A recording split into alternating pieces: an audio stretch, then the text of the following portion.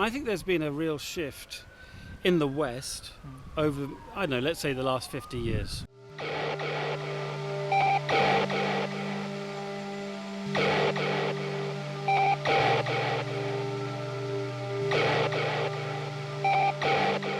Before, when people were evaluating Christianity, and probably any religion, the focus would be on the claims of that religion. What does it say is reality? Can you believe that this is true? I think there's been a shift away from that now. We are so used to reading abuses or embezzlement, all kinds of corruption, and so now people are going to evaluate not so much is it true, but is it safe? So what's going to happen to me if I sign up to this church or that religious group? Are they going to take all my money? Are they going to abuse my children? Are they going to make me believe things I don't want to believe? And so the evaluation, the critique of religion now is not so much about what it claims, but on the effect it has. And people are very sensitive and acutely aware of that. And so when you read of, say, these child abuse scandals in the Catholic Church and my own denomination, the Anglican Church, and many others, people just sort of lump it all together and say, well, of course, you just can't trust them. That's just one example, but that's been really high up in the media over the last years, and rightly so, because it was truly terrible. We have inherited a culture that is very suspicious of any ideological position. In other words, a strong belief about politics, let alone religion or anything to do with what matters, personal ethics, sexual ethics, anything that is held strongly is now treated with some nervousness, because what's going to happen to people who don't agree with that?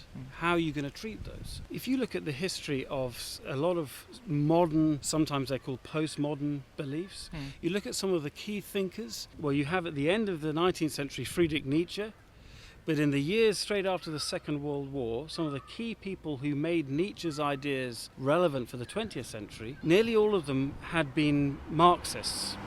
In France, people like Foucault and Derrida and Lyotard. And the point about these guys is that they saw what Stalin had been doing. And they had been committed to ideals of communism, but they rejected those. But what happens then?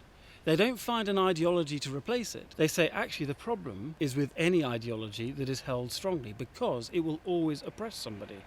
Somebody will always end up at the bottom of the pile or under the...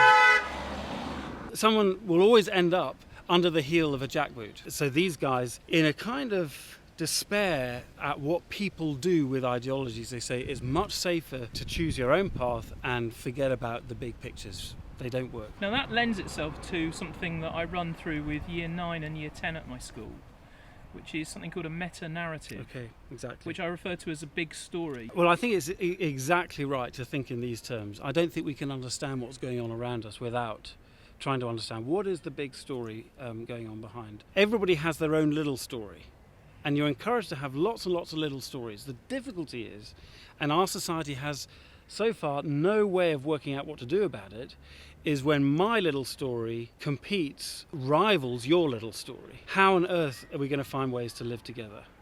Now, I think one of the things we need to do is to go back and look at what is the problem that some of these thinkers in the 20th century have with meta-narratives. Their problem is to do with power, and how a claim for something to be true, they would argue, hides or masks a real agenda, which is to have power over or control people. So in other words, if I'm the big guy and I say, this is the truth, then you, the little guy, you need to do what I'm telling you to do. Exactly. And therefore I can do what I want to you, because I'm the one in the driving position. Potentially, exactly right. I think our suspicious world derives from the experience too often of the abuse of power. But this is the thing that actually keeps me Christian, because...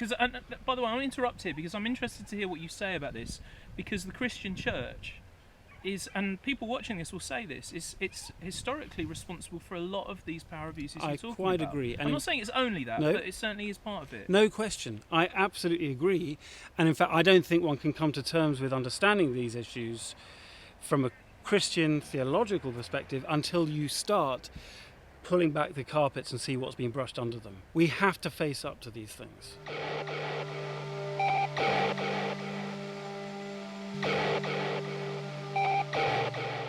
this is the core point, and this is what keeps me Christian, even when the church really, in historically speaking, or in terms of personal experiences of it, has done some pretty terrible things. And this is the key.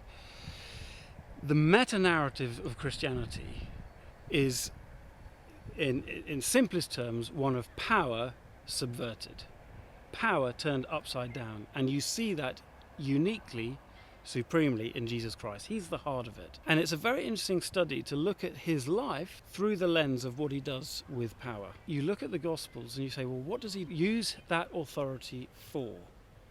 This is the interesting thing. He uses it not to oppress or control or manipulate. He uses it to comfort, to heal, to protect, to look out for the vulnerable, to feed the hungry.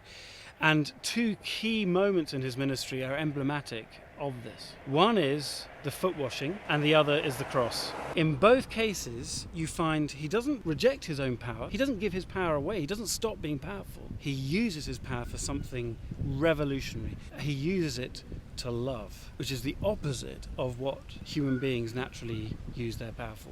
And so for those who feel very cynical about Christianity as a worldview, because they see these abuses of power, you're directing them away from the organisations and you're directing them to the founder. In part, definitely. You cannot understand Christianity without Christ. It's as simple as that. Even though, again and again and again, Christians themselves are the worst advertisement, but not always. And sometimes one needs to get under the propaganda against Christianity and the spin that there are still a lot of good things that happen. And when you have lots of people, you need organisation. Even though some terrible things have been done, it shouldn't surprise us, because Christianity has always been about the weak and the frail and the messed up, even when they get into positions of responsibility. Why is it a surprise that they mess up? The amazing thing is that God is still interested in them. What is it about human beings in power that we get things wrong so much?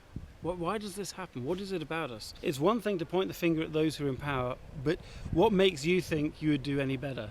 Is there a way of explaining why all these different things keep happening? Why the one thing we learn from history is that we don't learn from history?